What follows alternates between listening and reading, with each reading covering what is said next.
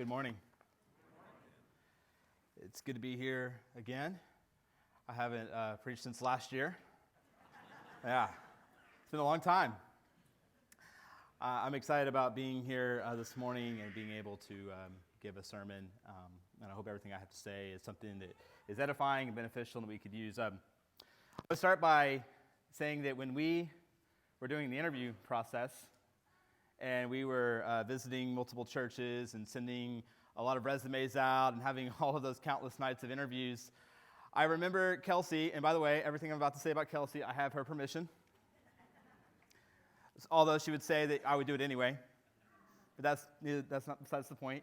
When we were doing the interview process, she had originally told me, hey, don't go more than 4 hours outside of the circle of Searcy, Arkansas. That's where her parents live.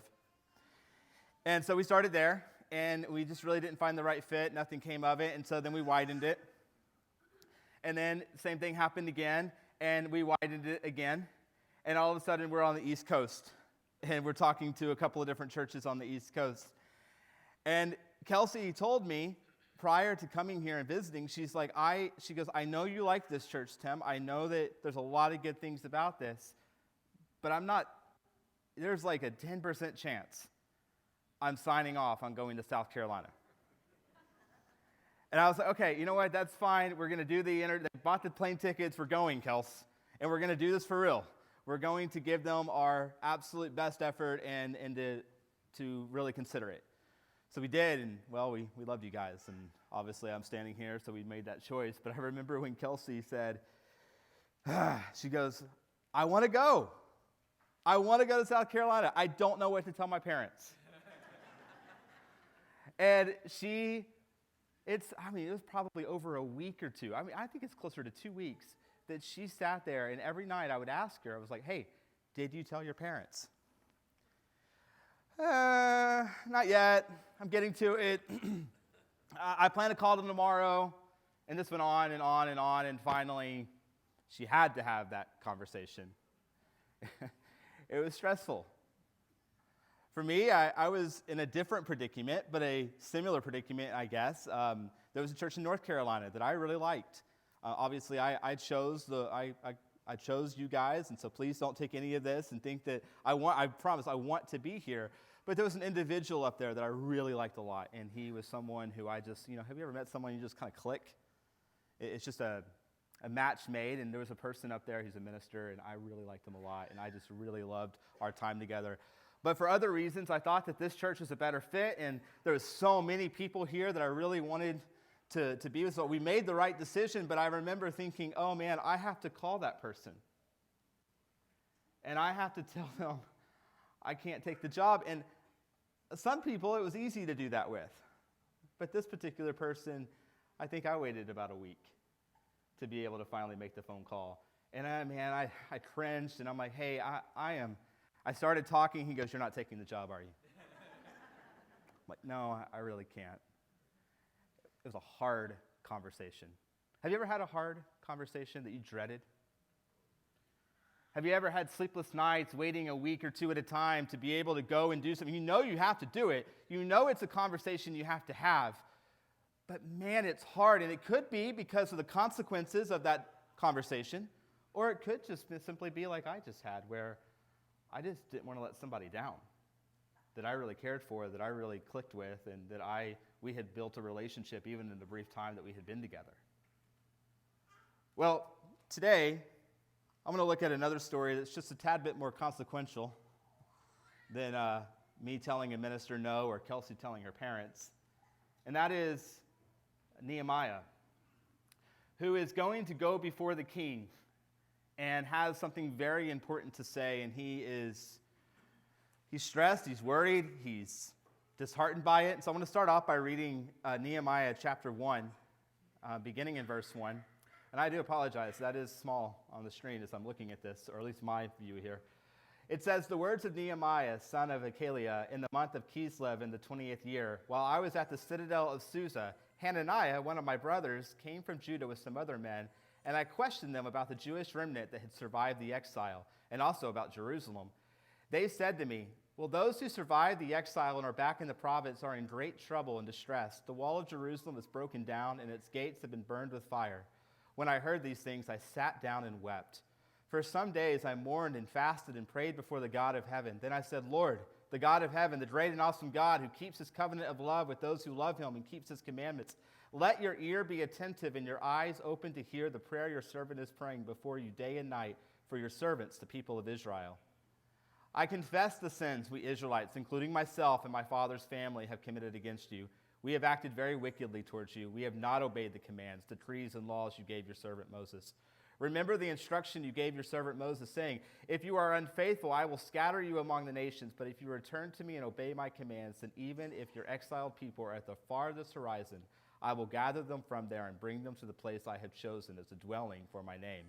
They are your servants and your people, whom you redeemed by your great strength and your mighty hand. Lord, let your ear be attentive to the prayer of this your servant and to the prayer of your servants who delight in revering your name. Give your servant success today by granting him favor in the presence of this man. I was cupbearer to the king. Nehemiah, I'll stop right there for now. Nehemiah is a cupbearer to the king. I'll get to that in a second. But he is brought this troubling report from his brother, or as some scholars say, maybe a close friend. The words are very similar, so it's hard to know. But someone he knows very well. He's brought this troubling report that the broken down wall and burned, that in Jerusalem, the broken down wall and burned gates might indicate that there is damage unrepaired from either the sack of Jerusalem, which happens in 586 BC, which is the Babylonian Empire coming and carrying Judah into captivity, or more likely, it was a recent event. You see that, and I don't have this slide right here, I should have put it ahead, but you see Cyrus of Persia had issued a decree allowing Jews to go home. And over the process of many, many years, remnants of Jews would make their way back to Jerusalem. So there was a population in Jerusalem, and they had begun to rebuild the city, to rebuild the temple, to then rebuild the walls and the gates. It is something that they wanted back for their own, something that they had taken away from them, that God, through Cyrus, had allowed them to have another chance. And yet, here is Nehemiah hearing that the broken down walls, there's burned gates, things are going really, really wrong. And Nehemiah, all the way in Susa, which is a winter residence for the Persian kings, and by the way, I don't know if you want to, this is too much information, but this is probably in November or December of the 445 BC, or at least that's what scholars think. It's the month of Kislev in the Persian calendar. And he is at the court of King Artaxerxes, which, another little point here, King Artaxerxes is the king of, during the reign of Ezra and Nehemiah. Ezra and Nehemiah are books that go together. They tell a lot of the same story from two different perspectives. And here we are at this place where Nehemiah is broken down. He is disturbed. He is mourning. He is putting ashes on his head. He's going through the entire Jewish custom of mourning for the loss that has happened. And then he goes into this long prayer that we just read, telling God, reminding God of who God is, of the faith and the promise that he has made towards his people, and begging him for an answer. And about 4 months later, we know this because of the chapter 2, about 4 months later, Nehemiah goes before the king. He finds that he is called to go before the king and plead his case. And so it says, I can go to there. In the month of Nisan, in the 20th year of King Artaxerxes, when wine was brought for him, I took the wine and gave it to the king. I had not been sad in his presence before. So the king asked, why does your face look so sad when you are not ill? This can be nothing but sadness of heart. I was very much afraid, but I said to the king, may the king live forever. Why should my face not look sad when the city where my ancestors buried lies in ruins and its gates have been destroyed by fire? The king said to me, well, what is it you want? Then I prayed to the God of heaven, and I answered the king, if it pleases the king, and if your servant has found favor in his sight, let him send me to the city in Judah where my ancestors are buried so that I can rebuild it. Then the king with the queen sitting beside him asked me, well, how long will your journey take, and when will you get back? It pleased the king to send me, so I set a time. I also said to him, if it pleases my king, may I have letters to the governors of Trans-Euphrates, so that they will provide me safe conduct until I arrive in Judah. And may I have a letter to Asaph, keeper of the royal park, so he will give me timber to make beams for the gates of the citadel by the temple and for the city wall and for the residence I will occupy. And because the gracious hand of God was on me, the king granted my request. So I went to the governors of Trans-Euphrates and gave them the king's letters. The king had also sent army officers and cavalry with me. When Sanballat, the Horonite, and Tobiah, the Ammonite official, heard about this, they were very much disturbed that someone had come to promote the welfare of the Israelites. And that's all the reading we will do. That's a lot of reading here. But that sets the story. And Nehemiah is, I want to say it's 10 chapters long. I mean, there's a lot in Nehemiah that you can read. But here tells you the main setting of the story. And that is Nehemiah hears a problem. He decides that he's going to go before the king. And it is a dangerous endeavor. The king is in, I'll turn my page here. The king is someone that not everyone just goes before. I don't know, me and Kelsey have started watching, or watched, I guess we've binge watching, you get done with stuff too fast. We binged watched The Crown. And it was just a really interesting series. And I'm really even more baffled by the English monarchy than I was before going into the show. And after having watched it, even in 2023, or in the last, let's say, 20 to 30 years, the decorum that happens when someone goes before the king or queen. There's one striking scene. It's actually a really sad scene. It's meant to have the emotional pull, where Charles, as a young man, is sad and upset about something. He wants to go before his mom, which would be Queen Elizabeth. And he comes into the house and he looks at I don't know what the job would be, some assistant, some butler, and says, "Hey, can I go see my mom?" And he goes, "Well, she's went to bed already." And he asks again, and he says, "Well, you can," basically saying you can make an appointment to go before your mother. Well, he decides to barge in anyways. But just the idea that King Charles, or now King Charles, but Charles as a young man, couldn't even go before his mother without breaking custom, without breaking the rules of etiquette, just tells you that there's something different about a king or a queen. And Nehemiah is in that position. He's cupbearer to the king. Now, cupbearer, all this means is that he got the awesome privilege of going and tasting the wine before it got sent to the king. Why? Well, if it was poisoned, they would know. Nehemiah would not have made it to the king. But that also gave him great privilege. It gave him access to the king. The king trusted him. So there was a relationship, but it was not without danger. It was not without risk. And Nehemiah knows that, but decides, hey, I need to tell the king the plight of my people. And so much like we were worried about our own conversations, well, he prays to God, takes 4 months, and decides to finally go before the king. And he shows sadness. The king realizes it. He asks the question. He finally gets to tell what's going on. He's very specific in what he needs. And the king actually blesses this request. He sends him back to Judah.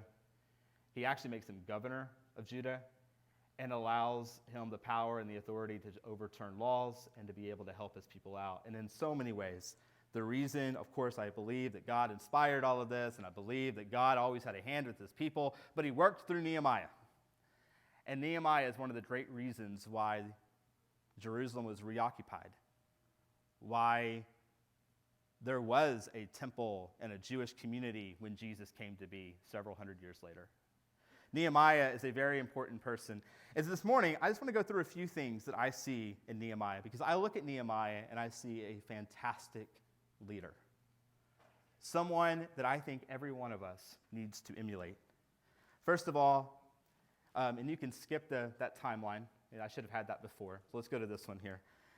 Empathy for his people. Nehemiah showed a willingness to identify with his people despite social mobility differences. What do I mean by this? You're saying, well, hey, he's just a cupbearer. Yeah, but he's a cupbearer to the king. It's kind of an important position. It's a position that not everyone gets. And in fact, in the Judean captivity, here's the sad part. Everyone looks at the Judean captivity and thinks, oh, they just carried everybody from Jerusalem off to Babylon or off to Persia. And that's actually not true. They carried the most important people away from Babylon, or from Jerusalem, from Judah. They left the people who were useless. They left the people who were either from the wrong family, didn't have a trade, didn't have a skill, weren't learned enough, weren't young, and whatever the criteria was, they left so many people behind. In fact, this would become a huge deal because eventually out of this people come the Samaritans. So the people who were carried off into captivity have some level of importance. Think of Daniel. Daniel's a very important person. Daniel is a respected person. Daniel has an audience with the king. I don't know Nehemiah's ancestral background, but I do know that Nehemiah finds himself in a place where he is cupbearer to the king. Wouldn't you say that he has it better than the people back home in Judah that are trying to find food, afford the taxes, and hopefully maybe one day rebuild the city? And yet, in that prayer that we read at the very beginning, Nehemiah says, we were sinners. We sinned against you, God. He did not use the word I. He did not use the word you guys. Hey, you guys really messed up. You know, like y'all are really doing bad things. Y'all keep on doing the same thing over and over again. No, he's mourning and weeping because he identifies with his people and he realizes he's a part of the problem. He has empathy. He understands that he is one of them. When I was in high school, I played a lot of pounds ago and more athletic and good knees ago. I played high school baseball for a private school. I loved it. It was great. I played catcher, which is why the doctor tells me I have bad knees. But that's besides the point. When I was playing, we had one guy on our team. His name was John Hanna. John was what you would say is gifted. You know those people, right? They don't have to work hard at anything. They just show up and they're good. It's infuriating. It's like, this is ridiculous. I had to work my tail end off just to be able to have a spot on the team. And I was so proud my freshman year when I made the team. I get it. Private school, not a lot of whatever. I made the team. I got to actually play sometimes. And I was catcher, and I worked really hard at becoming the best catcher I could be. John, he didn't care. He would show up. He could outrun us. He could out-hit us. He was stronger than us. He was taller than us. Man, it made us so mad. And the coach, for the most part, the coach did a good job of treating us all equally, except, of course, when it came time to actually start the players. John always got to start. We always were bench. But I remember there were several times where we were in practice, and our coach was kind of old school, if you will. And our coach believed in respect. He believed in wearing, like we had to have our uniforms properly cleaned. We had to have them tucked in, all of the stuff. And we had to do special drills. And I remember John, he didn't care. And John would come out there, and he would start cursing, which is a big no-no for private school, Christian school. You can't do that. And he would get mad, and he would start throwing things. And I remember the first time this happened, our coach, Fred Watt, comes up to us. And we're all looking, we're all just rolling our eyes going, yeah, John, really, you're going to start him? And he goes, all of you. He looks at all of us. He goes, he goes, go take I think he said 10 laps. And what that meant was from foul pole to the other foul pole, you go touch the other foul pole, come back, that's one. Now go back, and that's a lot longer than you think it is. And I don't run. We were so mad at John, and we were so mad at our coach. We're like, wait, we're over here doing the right stuff. We're working our tail ends off, and yet you're going to punish us for what John's doing? That was my first experience with corporate punishment. Some of you are military, and you know exactly what that is. And maybe this is a way of life. But see, that was my first time, because in my world, I was all about individual responsibility. Hey, you messed up, your fault. You're the one who has to pay the consequences. And that was a really good lesson. I don't know exactly why my coach did that, but I will say, looking back over hindsight, I would say that was an important lesson for me to learn. No, we were a team. Yeah, John was a problem. But I think what Coach Watt was trying to do to us was teach us that we need to be an influence to John. We need to help John. We need to pull John from the gap and say, hey, John, no, get out of your own head. Hey, you're talented. You have an opportunity to be a leader. Stop messing it up. And yeah, of course, Coach could have done that, but he also looked at us and said, hey, that's your responsibility too. And I look at Nehemiah, I think that's what's going on here. He says, hey, I have a position of influence. It's my problem too. We're all in the same boat. And so I want to ask you this morning for the application part of this, for the empathy. So this is next, what level of influence do you have with other people? You might not be cupbearer to the king, but all of us have a circle of influence, right? All of us have certain personality, certain talents, certain spheres of influence that you can actually reach people. Do you have empathy for other people?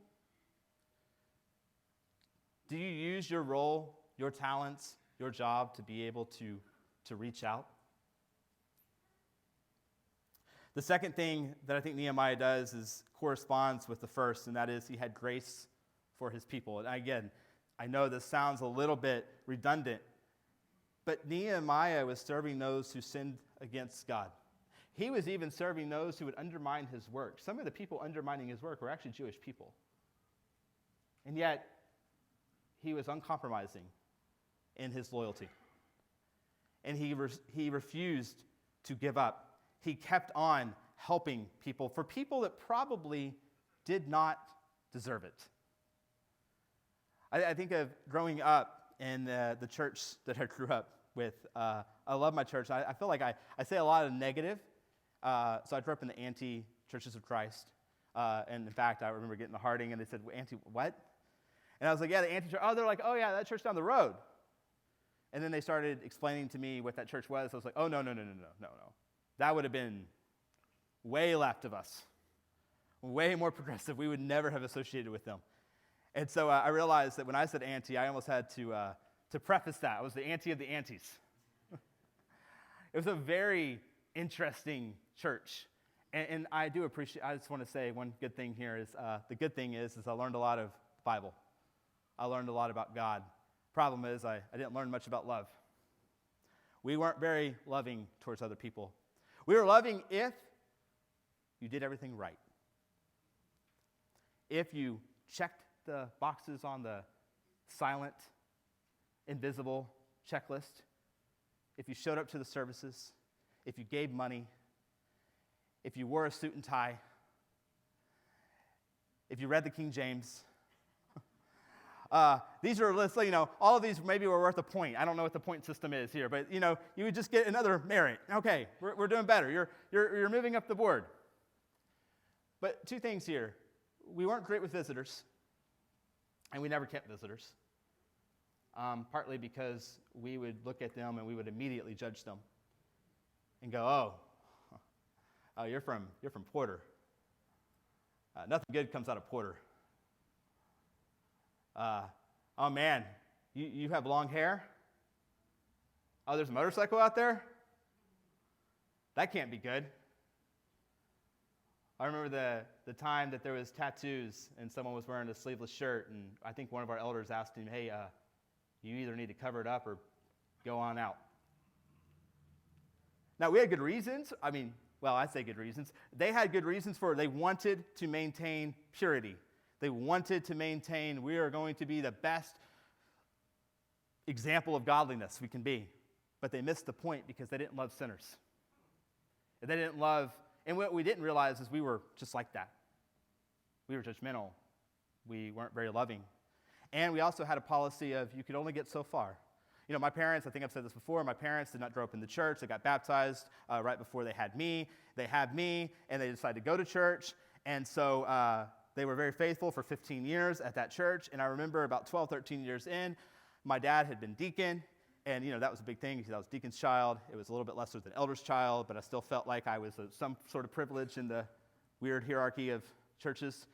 And I remember grappling with that, and I remember one person going to my mom and saying, "Oh, man, it's just so amazing how far you've come." Now, some of you are like, well, that's a nice thing to say. Except if you knew the culture and the attitude and what that meant, hey, you're never going to be here.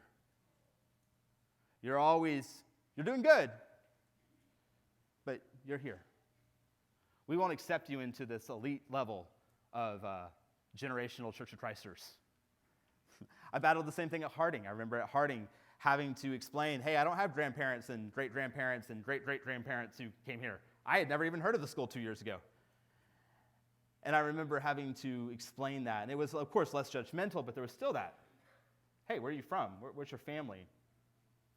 I wonder, do we have grace for people who we don't think a whole lot of? What if it's a good scenario? What if it's a scenario where that person has just continued to do wrong over and over and over again? And you keep helping, and you're like, well, hey, man, I can't do anything about this. You keep messing up. I have to just cut it off. You see, my family practiced that principle with my family, and they cut off several members of our family growing up because, quote, we don't want to enable them. Now, I am not here to tell you what you should or should not do about enabling behavior. I have family from both sides of that coin, and I don't know what the right answer is. But I will say that if you start off in your heart saying they don't deserve it, then maybe you're in the wrong place. We ought to hope to help people. We ought to hope for the good of people. As I think about the Israelites, yes, they kept on messing up over and over and over again. And guess what? After this, they're going to mess up again. But Nehemiah had enough hope and love in his heart for his people that he thought, hey, A, they deserve it, and B, they could change. Do we believe people in our life can change? Do we believe people are worth it to be able to pour money, talents, treasures, our time, our creativity, our effort, and understand that they might blow it? They might mess up again. They might go back to drugs, as my family members kept on doing. They might mess up that marriage or mess up that relationship, or you might have gotten them a job and 2 weeks later they might be fired. But are they worth it to keep on helping? To keep on showing that, hey, you're loved, you're valuable. And that, yeah, none of us deserve it, but God has always extended grace and mercy as long as we come to him. Nehemiah sacrificed for his people. As the governor of Judah, he would have had the right to have wine and food to his house. He would have also had the right to tax the individuals of Judah and be able to bring that money in. Nehemiah 5, which we will not read, tells the story of Jewish people that are oppressed. They're being oppressed by actually King Artaxerxes, to be honest with you. They're being overtaxed. And other Jewish people are deciding, hey, cool, you need money? Great, I will lend you money with exorbitant interest rates. And so Jewish people are basically enslaving Jewish people. And Nehemiah steps in and he is very bold and says, hey, this cannot happen. We have to change the system here. And he has this passionate talk, and a lot of this has changed. But we also find out through that chapter that he is very clear. And by the way, Nehemiah is almost like a running diary, if you haven't figured that out. He's talking about what's happened, and then he'll usually close it with a little prayer to God. It's almost like writing a journal, saying, hey, here's what happened. Hey, God, help me in this. So it's a really neat way of writing, and I appreciate that about Nehemiah. Nehemiah will mention to God in one of his prayers on how that he's not taking the money from the people. In fact, he's taking his personal money that he's being given by the king, and he's investing it into the people to help them out. Yes, he's having some get-togethers and some parties because that was the custom of being a governor, but he even mentions, he's like, all the food, all of it, it's on my pocket. I'm not burdening the people with my rights. And that gets into a sticky area because here in America, we're blessed to live here, but we are all about our rights. We have rights. I have the right to do this, or I have the right to do this. And sure, there's some of that that's important, and I believe that we are in a good nation that allows that. But sometimes, do you think, for a second, maybe we take our rights too far? Do we sometimes, just because we can, does it mean that we should? When we see a brother or a sister who is in need, when we see other people who don't have, is it just because I can that I will? Or maybe we should learn how to forfeit some of those rights, to be able to maybe even use those rights to empower other people, to bring them up. And this goes back to that social influence thing. We've all been granted by God and by our life of certain opportunities, certain influences. What do you do with those opportunities?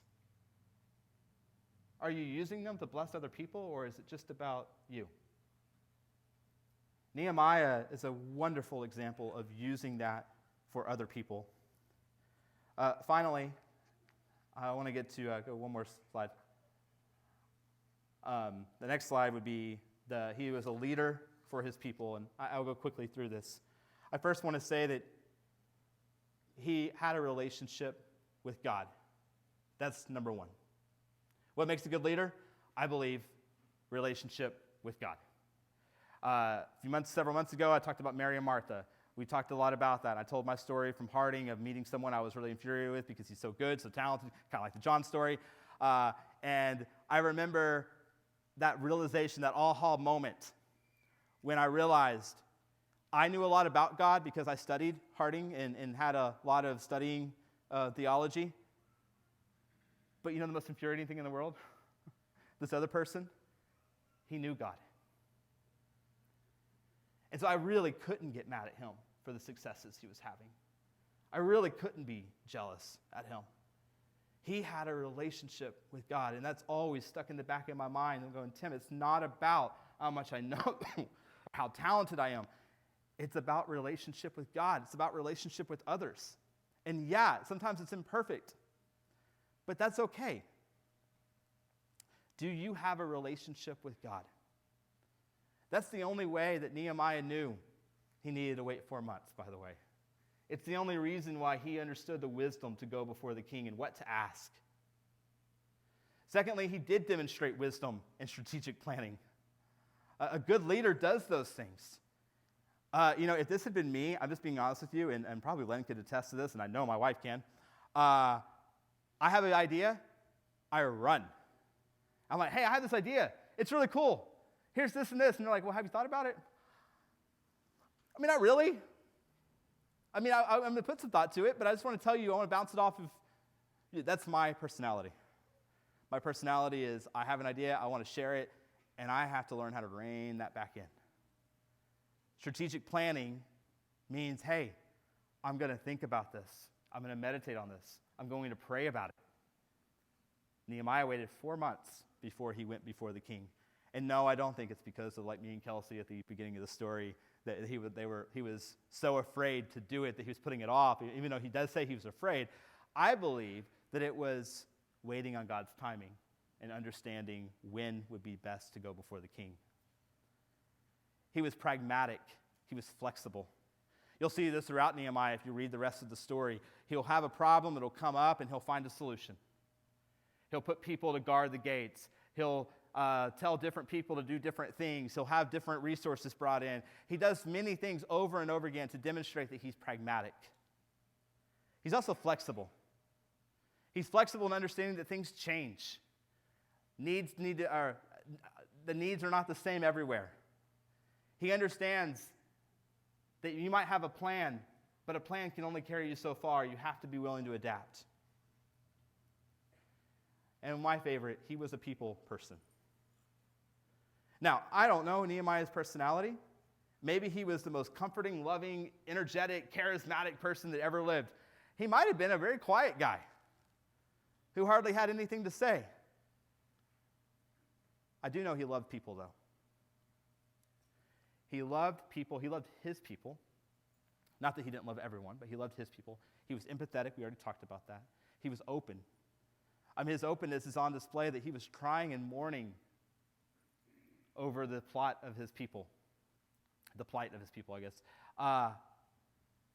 He was willing to challenge and confront others. And I think of this because, yet again, in my life, I look at this and I do love people. I really do. I don't like conflict. I really hate conflict. And this is why it goes back to the beginning of the story, why it's so hard for me to tell even something not so bad to someone that I care about because I don't want to let them down. It's conflict. It stresses me out. And I know that there are people in this room. I know I'm not alone. I know there are people in this room that cannot stand conflict. And there are others of you that are like, hey, sign me up right now. Hey, you need me to say something? Let's go. It's almost like you're wanting it. I don't get that. It's a hard balance to find the person who is truly genuine, warm, open, listening, but yet when something needs to be said, they say it. That they're firm, that they're honest, that they're willing to have hard conversations. And I'm just going to tell you right now, I don't think that that's just a skill that you're born with. I think it's something that's cultivated throughout life. You might come from the side of being super confrontational. Great, you had that down. I wish I did. But maybe you need to learn how to be more loving and more sensitive to the needs of other people, and understanding that your tone, your language, the way you talk might not resonate with everyone. Or maybe you're like me and you're just a little bit afraid of the confrontation and would just like everyone to get along. I need to realize that me and everyone else like me needs to realize that sometimes truth has to be spoken. And it can't be around the bush. It has to be direct. It has to be firm. It has to be concise. And guess what? There might be consequences. And it might not go well. Nehemiah, I think, is awesome at showing these two qualities. Over and over again, he's not afraid to have hard conversations. But he also deeply cares about his people. And he wants them to be okay. He's giving them money. He's trying to find ways to help them, to encourage them, to make them where they don't make this mistake again, where they can succeed. And so I ask you this morning, are you a leader like Nehemiah? Are you empathetic? Are you willing to have grace towards people who might not deserve it?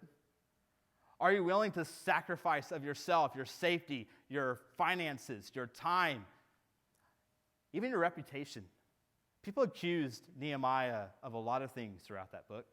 They accused him of seeking grander positions, of maybe being king or whatever position that would be. They thought he was insane.